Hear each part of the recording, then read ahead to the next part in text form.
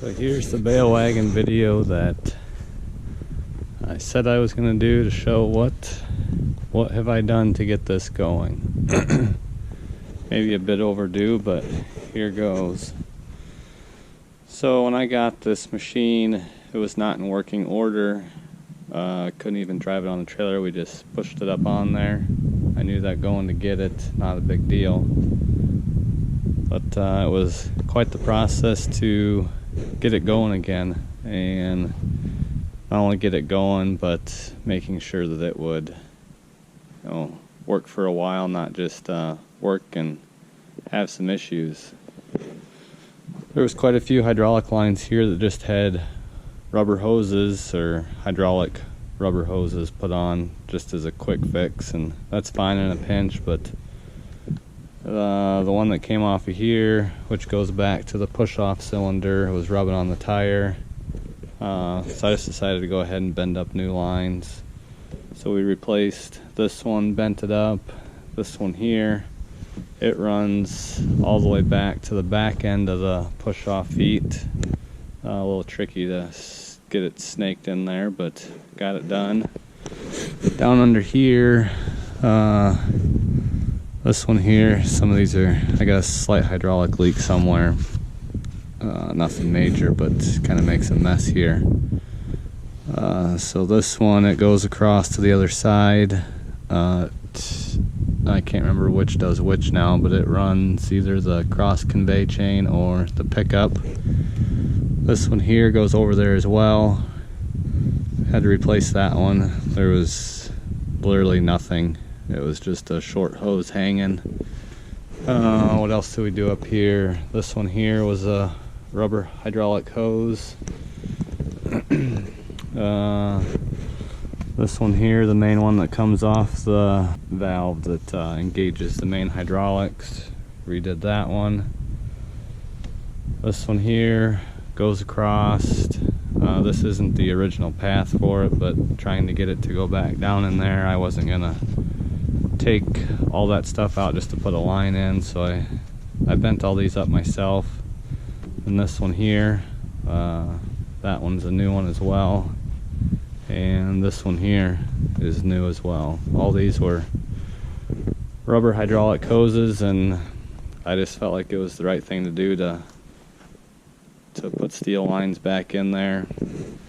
This here activates the tie layer mechanism. It actually makes this pop up here, so you can only put 2 bales up in the center.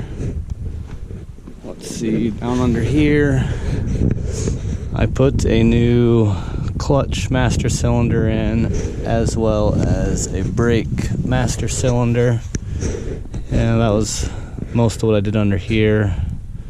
I did do a new brake line for most of it, because a lot of hay had built up down in here.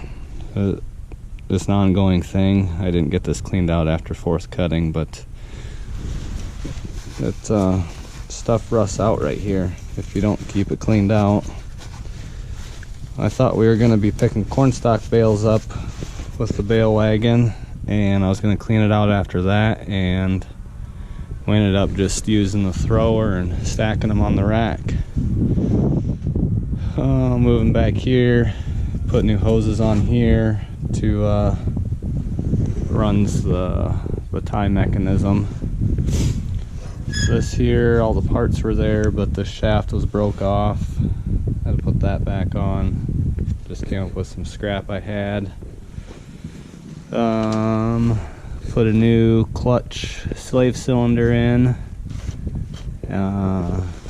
Had to come up with some exhaust pipes. Just went with simple glass packs.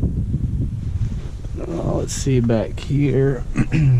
This cylinder was leaking pretty bad, so I took it to a shop and had them rebuild it, and it works good now. This it probably could be honed a little better, or maybe it's as good as it's going to get without replacing it, but I can live with just a little bit of leaking oil.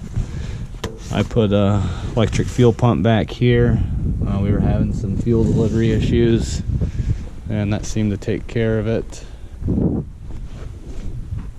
Something that needs to be done yet is maybe some flat push-off feet that aren't all mangled up.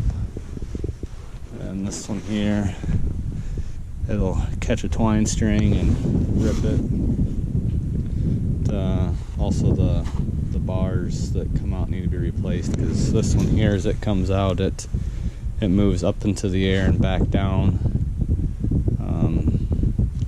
You know, I'm sure these things have been abused over the years. Still haven't put springs on, but I did get that oiled up real good, and that rack comes slamming forward now. It kind of works like it's supposed to. Hit the brakes and you don't have to hit them too hard, and she comes up. So over here, this was fun to figure out. But with talking to some outfits out west and some schematics, we got this figured out.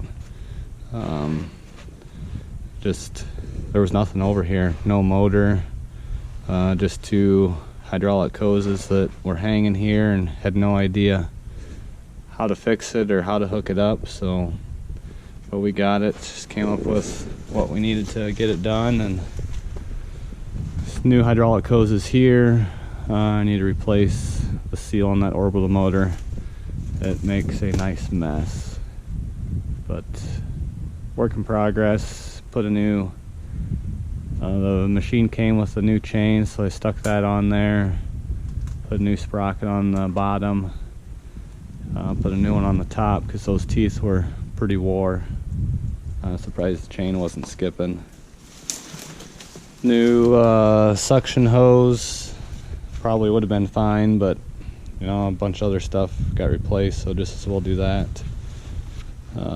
Replace that hose as well. New filter, new brake lines, new wheel cylinders, front and rear.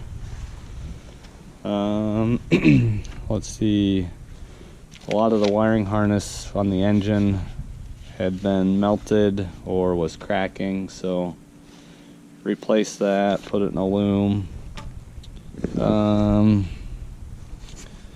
And got the alternator hooked up. Kind of made my own wiring harness and secured it under there so it's out of the way. Kind of cleaned it up a little bit. Oh, what else did we do? Rebuilt the carburetor. She fires right up now when it's warm out. This is not the original engine to the Bale Wagon. The guy I bought the machine from had dropped this in here. It was out of a 72 or 3 Ford pickup. It's a 390 and works good on power. No issues there. When I was using it this past spring for first cutting, had troubles keeping it in first gear or granny low, and finally I couldn't even hold it in gear anymore, so ended up tearing the tranny apart, and it had completely destroyed the countershaft, first gear, and the reverse idler. So I think I got $400 in it, rebuilt it, and found the problem was nothing with the transmission, but as you Bale Wagon operators know, you got this good goofy mechanism that goes all the way up here underneath. Here's the shifter linkage, and up in the cab here, here's your shifter. It about hits everything to get it into gear. Well, you can see, but it's welded right there. And I don't know if that's normal or if it got snapped off. Well, it used to hit up here, and that was as far into gear as you could get it.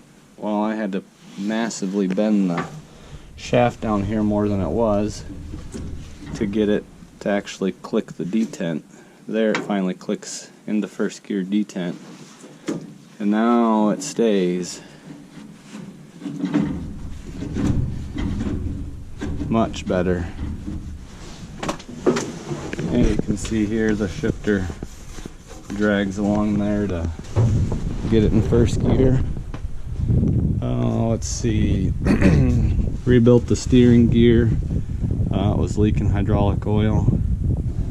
Out the side, right here, just running down. It was almost a running stream. So, that rebuild kit wasn't bad. Just went to the local truck repair place and they had a kit for it. Less than $100, I think. Added some LED lights. Sure makes it nice to pick up when you have to in the dark. It came with a new chain here. I just had to put it on. New sprockets on each end. And that pretty well covers what I did to it. There's still some things that need to be done. That pickup chain, excuse me, pickup chain track that it rides in has been patched on before. Just need to start over and might get the kit for it that has the nylon, or not nylon, Teflon slide track on it. Kind of like what this slides on. Something other than steel. And this thing's been beefed up and it's extremely heavy. These brackets here that hold the shoe there,